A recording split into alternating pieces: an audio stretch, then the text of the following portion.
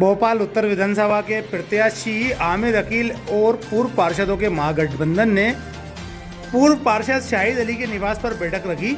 इस बैठक में उत्तर भोपाल के सैकड़ों लोग आमिर अकील के समर्थकों ने भाग लिया।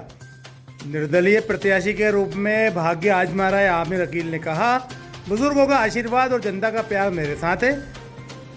कमलनाथ जी ने मुझसे वादा किया था, फिर भी टिकट मुझे नहीं दिया, फिर भी मैं जनता का प्यार निर्दलीय के रूप में ही पालूंगा। और आज के शक्ति प्रदर्शन से ये बात साबित हो गई कि आमिर अकील एक बड़ी ताकत बनकर उभरे हैं। विगत 30 वर्षों से जो उनका अनुभव रहा है, इसका इस्तेमाल वे अब जनता की भलाई में करना चाहते हैं। इस बड़ी बैठक में शहर के दमदार लोगों ने हिस्सा लिया। आगामी चुनाव को लेकर रणनीति बनाई गई। स्वागत एवं विचार विमर्श का दौर चलता रहा। इस बैठक में वर्तमान विधायक के परिवार के लोग भी शामिल रहे।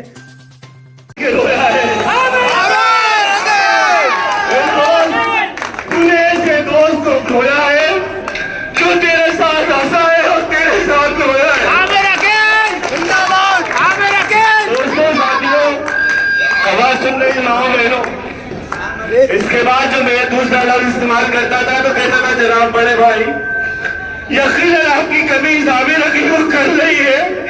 एक दूसरा भाई मेरे साथ यहाँ बैठा हुआ है।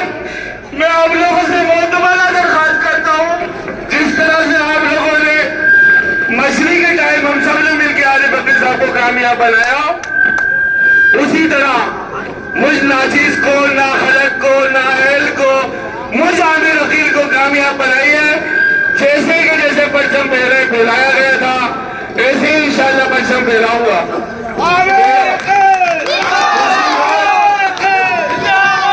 दूसरी बात, इसको जरा सोदर कर देना बेटा, घुमा लो। दूसरी बात ये कि जो नाम का विधायक था तो वो काम का क्यों नहीं हो सका? जो काम का विधायक था वो नाम का क्यों नहीं हो सका? 30 साल के अंदर आप लोग जानते हो, अल्लाह मेरा शाहिद है, रब्बुल इज्जत गवाह इस बात का कि किसी की भी 30 साल के कुकुर मुत्ते की हिम्मत नहीं हुई कि आरिफ अकील साहब के बारे में कुछ अच्छा नाच लगा के आया हूं मैं, अल्हम्दुलिल्लाह। उसको एक साल में क्या ऐसा हो गया? एक साल में ऐसा क्या हो गया? कौन सी आमिर अकील में कीड़े पड़ गए? कौन सी दीमक लग गई कि आज आमिर अकील आपके लिए आमिर अकील वफादार नहीं रहा? क्यों नहीं रहा? जवाब दीजिए इसके बात का। मैंने आपके साथ कदम से कदम ताल करा, पहली मर्तबा सुना, पहली मर्तबा लोगों ने कहा कि साया कभी कट नहीं सकता। दोस्तों साथियों, मेरे अपनों ने ही मेरा साया पोछ के रख दिया। जिस तरह आप लोगों के साथ मैंने कदम ताल करी, किसी की हिम्मत थी कि आगे कोई बात कर ले। कोरोना काल के अंदर रोड पे पुलिस वाले खड़े होते थे, ये आमिर अकील गुलाम आपका तना शहर में घूमता था और पुलिस वाले से लड़ता था, चिल्ला के आओ होगा खौफ को जेल दे दो, कौन जेल खा के मरता है। उस टाइम किसी ने नहीं बोला कि कहाँ है आमिर अकील, कहाँ थे दूसरे लोग, कहाँ चले गए थे उस टाइम कौन की बात करने वाले? आप अपने घर में शाहजहाबाद की तरफ बैठे हुए थे, कोई कहीं बैठा हुआ था। 30 साल के अंदर ऐसा क्या हुआ कि आज हमारे घर की मुखालफत, हमारे लोगों की मुखालफत हो गई। यकीनन इतना कहीं ना कहीं पेट की तरफ झुक गया। क्यों झुक गया? मुझसे मोहब्बत करते हो ना। मैं तो अल्हम्दुलिल्लाह जब से वालिद साहब का इंतकाल हुआ, उस तारीख से लेके आप ही ने एक पत्रकार साहब से कहा था कि यार आमिर से कहना अब्बू का तो इंतकाल हो गया, अभी उसका बाप जिंदा है। तो मैंने यकीनन आपको बाप माना था, मानता हूं और मरते दम तक मानता रहूंगा। लेकिन कहीं ना कहीं मेरे साथ हमदर्दी कर दी आपने। क्यों कर दी? मैं वफादार नहीं हो गया। जितने लोग नाराज हो गए उनको लेके आने वाले में से नहीं हो गया। मैं कब नहीं लाया, कैसे नहीं लाया, किस तरह से नहीं लाया, जैसे चाहा वैसे लाया। कहना नहीं चाहिए।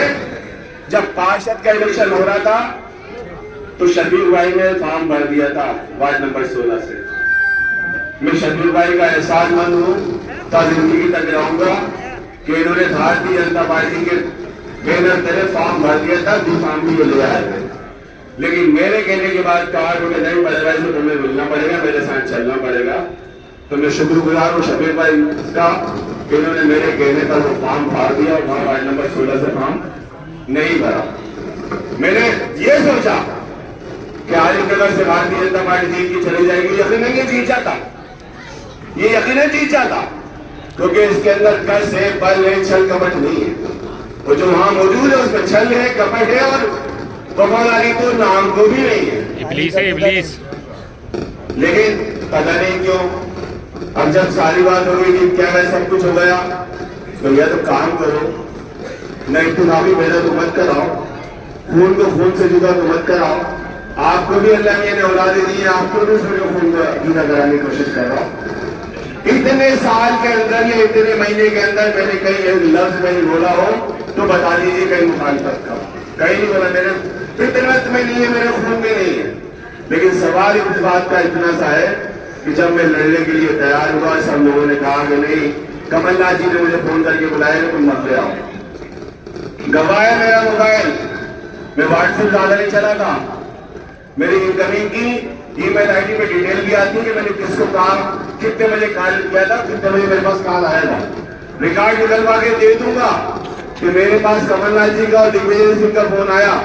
वो कमलनाथ जी ने मुझसे कहा कि मैं चाहता हूं कि तू इलेक्शन लड़, मेरे सर्वे में तेरा नाम है। और यहाँ पर कुछ कांग्रेस के जिम्मेदार लोग खड़े हुए, मैं अभी उनको पार्टी बनाना नहीं चाहता, उन्होंने भी सर्वे करके पहुंचाया, उन्होंने लिस्ट में नाम दिखाया, सफे अव्वल में नाम था, तो ये गुलाम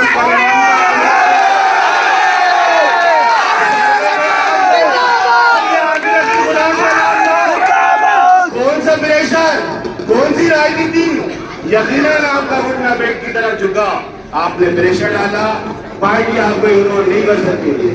लेकिन आप पूछते तो, कहते तो कि मुझे लड़ाना है, आपने तो बोला कि हो गया, ठीक है साहब, हमेशा हो गया।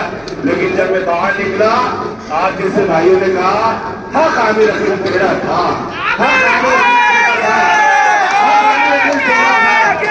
यकीनन उस दिन आप लोगों ने मुझसे कहा कि आमिर अकील तुम चुनाव लड़ो, तो ये गुलाम आमिर अकील आप लोगों के लिए चुनाव लड़ रहा है, आप लोगों को अकेले से लड़ रहा है। आप लोग सब साथ हो गए मेरा।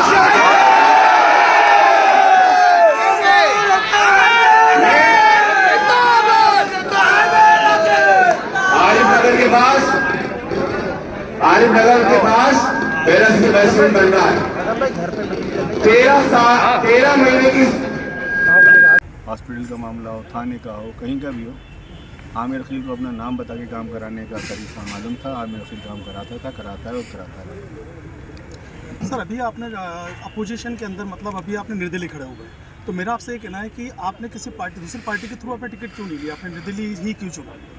मैंने 30 साल से कांग्रेस का झंडा और डंडा पकड़ा था। जब कमलनाथ जी का सर्वे हुआ तो उसमें सर्वोपरि मेरा नाम था। किसी चैनल के माध्यम से नाम भी आया था कि आमिर अकील का जो नाम आया है सर्वे में, वो उत्तर विधानसभा में पहला नाम है। लेकिन मेरे और हमारे जितने भी चाहने वाले लोग हैं, उनकी सबकी ख्वाहिश ये थी कि आरिफ अकील साहब सेहतमंद रहें और वो इलेक्शन लड़ें और हम उनके साथ काम करें। लेकिन उनकी सेहत ने साथ नहीं दिया, इसलिए बीच में कभी भी 30 साल के अंदर उत्तर विधानसभा के अंदर किसी ने भी हिम्मत नहीं करी इतने साल टिकट मांगने की, न किसी ने कोई आवाज़ उठाई। सर परिवार के अंदर ही अभी दो सीट बंटवारे हो रहे हैं, एक आप निर्दलीय खड़े हुए हैं और एक कांग्रेस से खड़े हुए हैं, तो आप इसको किस तरीके से देखते हैं? मेरा मानना ये है कि मेरी जितनी सियासत का तजुर्बा है वो कैंडिडेट की उतनी उम्र है। फैसला आप लोगों को कर लेना चाहिए कि किसके साथ क्या होना चाहिए। मैं आमिर अकील खुद नहीं खड़ा। आमिर अकील को क्या आपने जो सर्वे कराया उसमें लोगों ने कहा कि आमिर अकील को खड़ा होना चाहिए, और लोगों ने, मेरे चाहने वालों ने, आज जो जिस तरह के यहाँ लोग आए थे मुझसे मोहब्बत करने वाले आए, उन्होंने कहा नहीं आपको लड़ना है लड़ेंगे।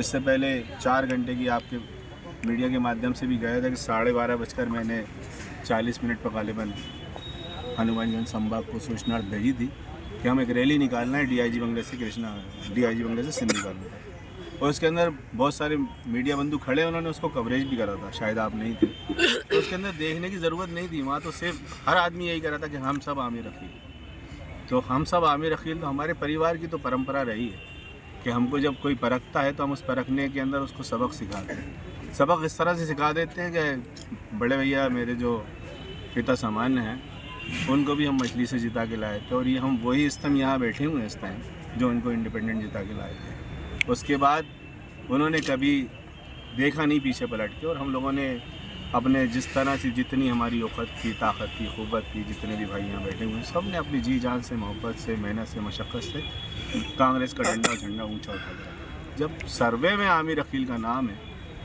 और आप कह भी रहे हो, कमलनाथ जी ने मुझसे खुद कहा कि मैं चाहता हूँ कि तू लड़, तेरा सर्वे में नाम है, जिस तरह के मेरे खाके बने हुए उसमें तू पूरा फुलफिल हो रहा है, तो फिर क्यों आमिर अकील का नाम नहीं?